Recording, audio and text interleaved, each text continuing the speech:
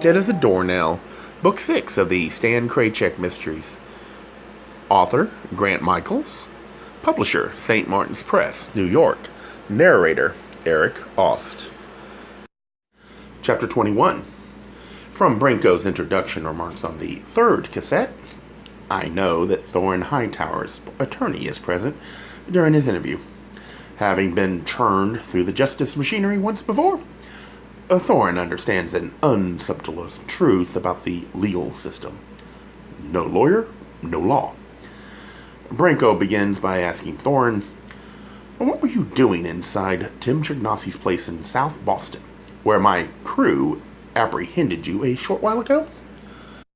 There's a pause, during which I hear barely perceptible sibilance, probably passing between Thorne and his law-tron.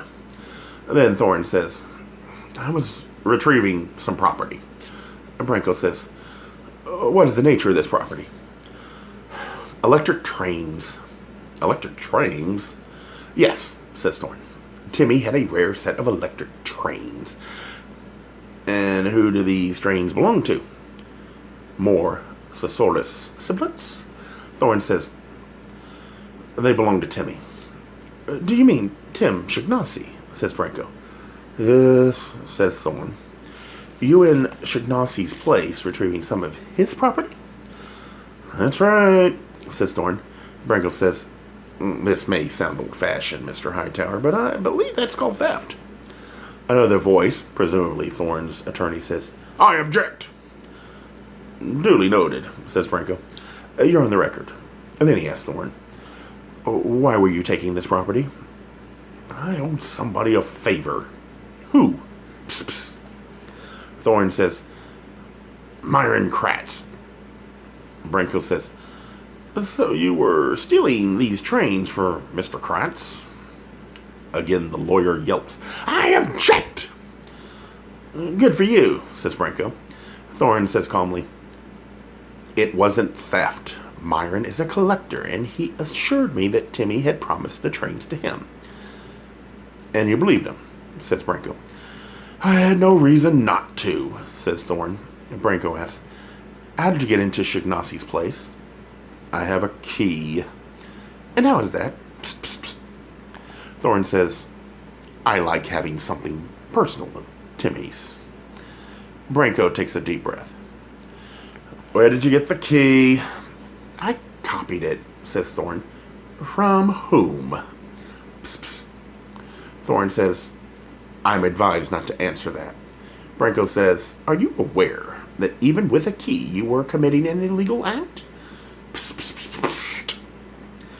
Again, Thorne says, "I am advised not to answer that." "Mr. Hightower, why did you agree to do this deed for Mr. Kratz?" Thorne explains.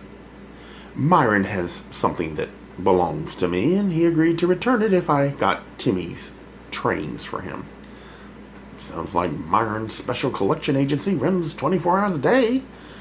Branco says, "What is this thing of yours that Mr. Kratz has?" "A lens cap," says Thorne. "For a camera, you mean?" "Yes." I hear the noise of an envelope being opened. Branco describes the contents of an evidence bag as a Nikon lens cap. The edge is engraved with Thorne Hightower's name. Branco says, "Is this it?" Thorne says, "Yes." Branco says, "We found this at Mr. Kratz's store this morning." Thorne says, "Well, now you know I'm telling the truth." He sounds relieved. Unmoved, Branco says, "So, Mr. Kratz was blackmailing you?" "Yes." "Do you know how Mr. Kratz got possession of this?" "He says he found it." "Do you know where?" Psst, psst, psst. Thorne says, "At 101 Waltham Street." "Hey, no big deal. That's my house. Everybody goes there." "Were you ever there yourself, Mr. Hightower?" "Yes." "When?" says Branco. "At various times." "See? The place is a goddamn squatter central." Branco says, "When was the most recent time?" "Yesterday morning," says Thorne. "Can you tell me what you were doing at 101 Waltham Street yesterday morning?" "I was waiting for Chip Holton to arrive, but Timmy showed up instead. A long pause follows. Branco is probably reordering his strategy. I need a moment to regain my senses, too. Thorne, Myron, Chip, and Timmy, all of them were in my house yesterday morning. Probably Betty, too. I only hope the foot traffic continues when I'm open for business. I fish around in the chocolate box for another bonbon. Branco says, so you and Mr. Holton had an appointment at the property on Wiltham Street? Yes. For what reason? I sometimes take photographs there. The place is really run down, but there's a room in back with some very interesting light against the exposed brick. I'll have to remember that when my customers ask for a room with atmosphere. Branco asked Thorne, are you aware that you were trespassing? It seemed harmless, says Thorne. I wasn't doing any damage to the place. Not that anyone could. Hey, watch it, buddy. That's my future homestead, Branco says. So, yesterday morning you arranged to meet Mr. Holton there? That's right, says Thorne. And what happened? I snapped a candid shot of Timmy when he came in. Oh, why'd you do that? Thorne says, I thought it was Chip. I thought it would help get him in the right kind of mood. Mood? Says Branco.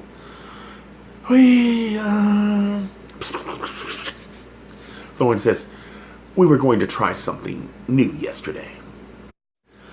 New models, says Branco. That's right, says Thorne. Branco says, please explain.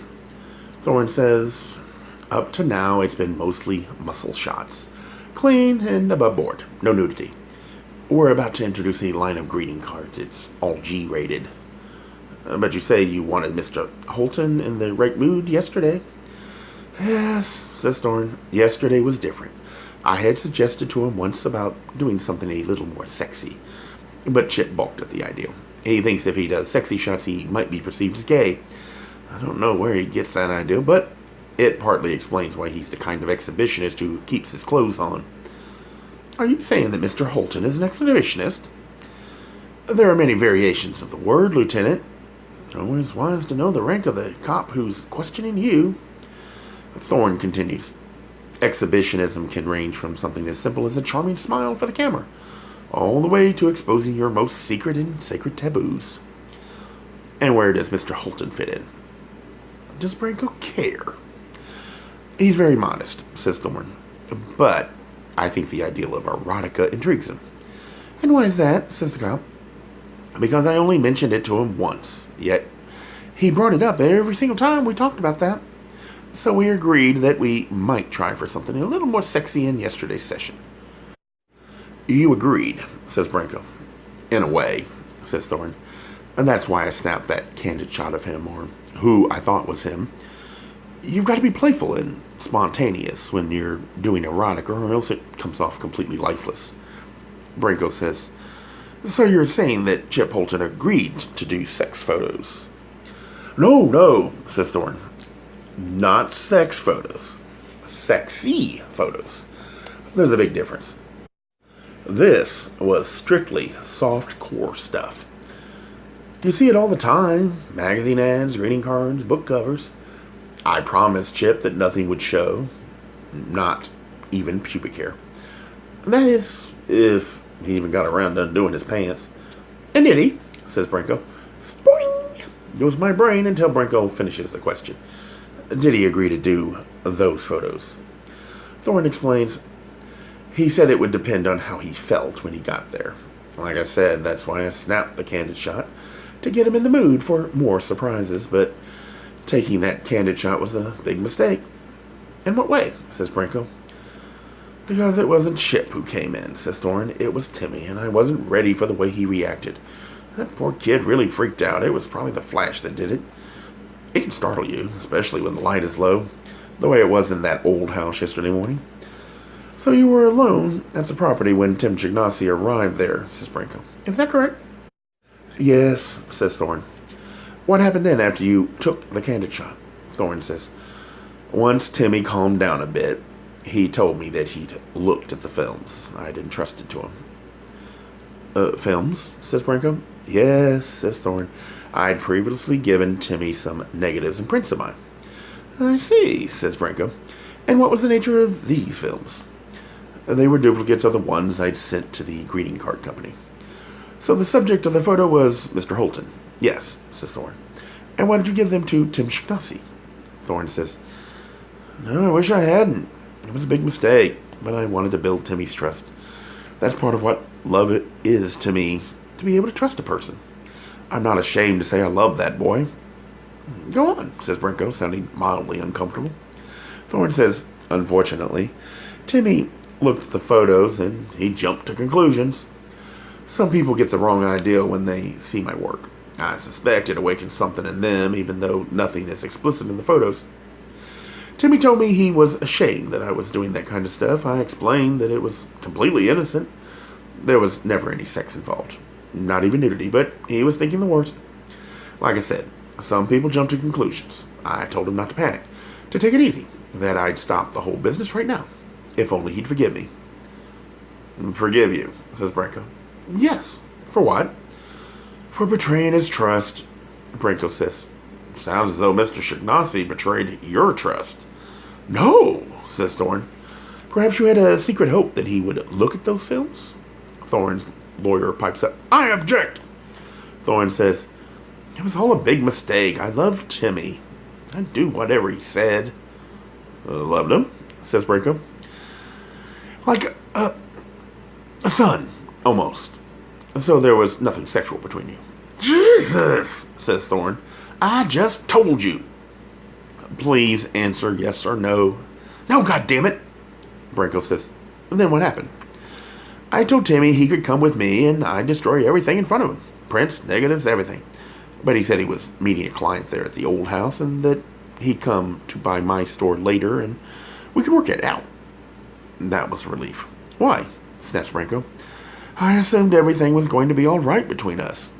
Is it possible that Tim Shignasi was planning to blackmail you with the photos you had entrusted to him? No, says Thorne. Timmy would never do that. Besides, there was nothing serious in them, nothing to blackmail me with. Branco's voice is edgy. Then why did you go and take the photos from Shignasi's house? Psst, psst, psst. Thorne says, I never did that. The tape player nearly explode with the sound of a heavy envelope being thrown down onto the table. Branco says, We found these in your store. Are these the films you entrusted to Tim Shignasi? There's a pause and some shuffling sounds as the contents of the envelope are examined. Then Branco tells Thorne to answer verbally. Yes, says Thorne. These are mine. And how'd you get them? I didn't, Branco yells. Then how did they land up in your store? A pause. Thorne says, I don't know. I think you went to Shignasi's place and got them, says Branco. I didn't. You just admitted you have a key, says Branco, and my crew found you there this morning. Maybe you went back today to make sure you got everything yesterday? Thorne says, I didn't take these. Branco says, you were afraid that poor kid was going to report you as a pornographer.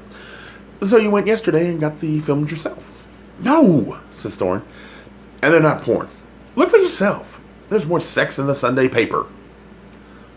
That's highly subjective, says Branco.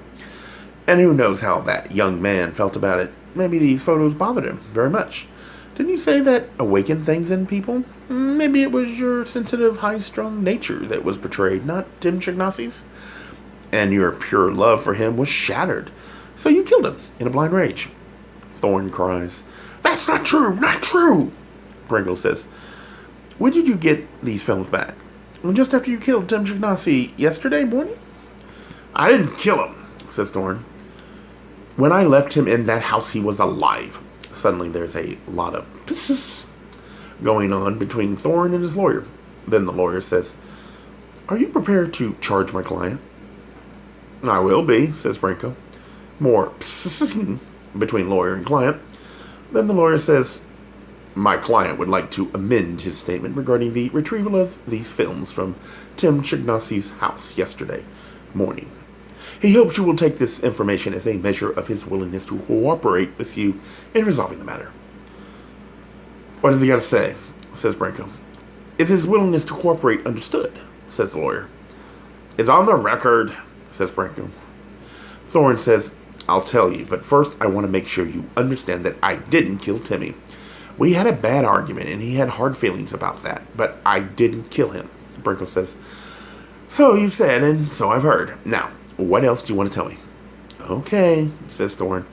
I did go to Timmy's place right after I left him at the old house yesterday, and yes, I wanted to get the films. Timmy was upset, and I wasn't sure what he'd do. These are my only copies, and I can't afford to lose them.